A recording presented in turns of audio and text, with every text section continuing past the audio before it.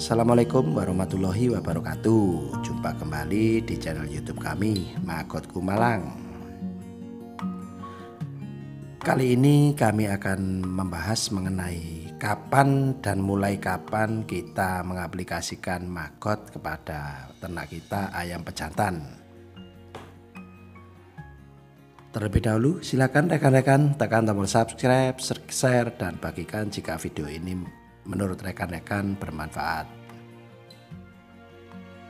agar rekan-rekan selalu mendapatkan notifikasi video kami yang terbaru, yang tentunya tidak kalah menarik dari video kami sebelumnya. Pemberian magot kepada ayam pejantan itu bagi kami itu lebih tepatnya waktu ayam tersebut berusia 2 minggu. Karena kalau kita berikan mulai awal, katakan mulai umur 0 apa 3 sampai 5 hari itu kayaknya kurang pas.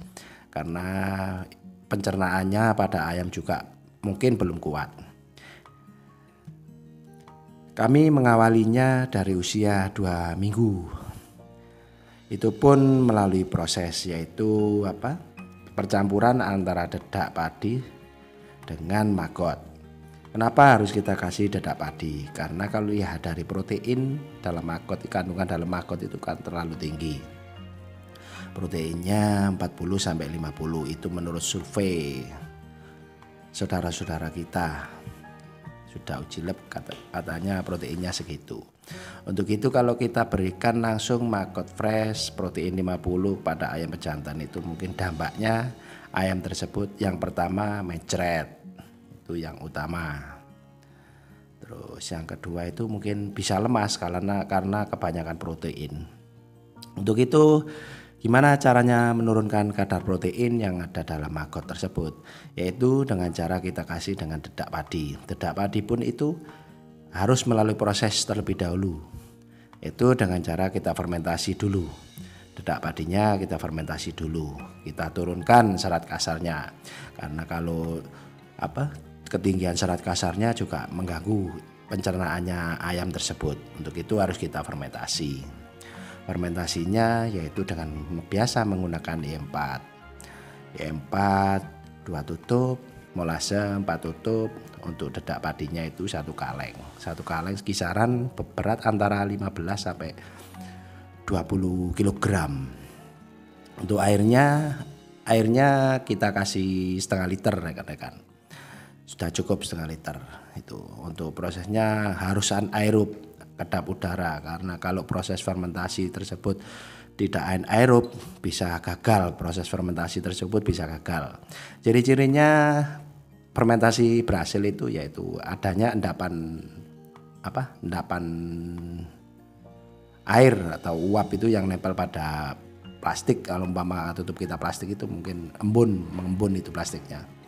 Tapi kalau di plastik tersebut tidak ada embunnya atau tidak bau tape, itu bisa dikatakan proses fermentasi nggak berhasil. Setelah kita fermentasi selama 2-3 hari baru kita campur dengan magot. Untuk pemberiannya magot tersebut kita sesuaikan dengan ransum pakan ayam aja. Umpama kalau ayam usia 2 minggu sampai 3 minggu itu jatah pakannya katakan berapa, 15 gram gitu ya, berarti 15 gram kita bagi 2. Kita bagi 2 ketemunya 7,5 gram. Terus kita kalikan berapa ekor ayam tersebut. Umpama dalam box itu kita isi 50 ya berarti kita kalikan 7,5 gram kali 50 itu pemberiannya. Terus dibagi 2 rekan-rekan, yang setengah itu pur pabrikan, yang setengah itu magot yang sudah bercampur dengan dedak padi tadi. Pemberiannya gitu, kita taruh dalam nampan gitu, kemudian kita masukkan ke dalam box ayam tersebut.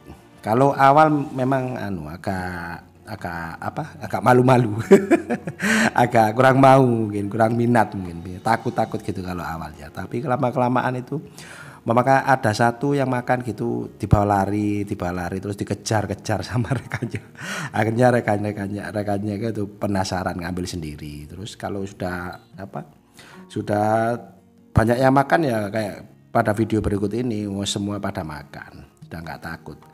Untuk besoknya, pemberian besoknya itu sudah terbiasa. Cuma pada awalnya saja rekan-rekan kaget mungkin.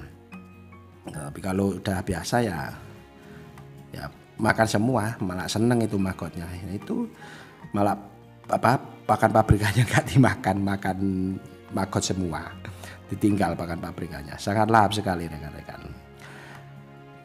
Setelah saya amati selama beberapa hari itu nggak ada efek sampingnya. Pemberian magot itu nggak ada efek sampingnya, efek negatifnya nggak ada, malah positif lah. Positifnya kalau kita lihat dari segi pengeluaran pakan itu, kalau mama pakan kita sehari dapat habisnya 100% gitu, kalau kasih magot ya cuma 50%. Sudah hemat berapa itu tinggal kita kalikan berapa ekor ayam itu. Sangat membantu rekan-rekan, magot tersebut sangat membantu khususnya bagi peternak ayam pedaging, bagi peternak ikan itu benar-benar sangat membantu rekan-rekan. Ini ya sebenarnya saya juga masih uji coba, tapi setelah kami amati beberapa hari memang bagus rekan-rekan, memang bagus. Mungkin nanti kedepannya akan kami review lah, nanti berapa gimana pasti akan saya jelaskan nanti. Perkembangan magot juga pada waktu tebar di video kami yang pertama itu juga cepat besar itu rekan-rekan.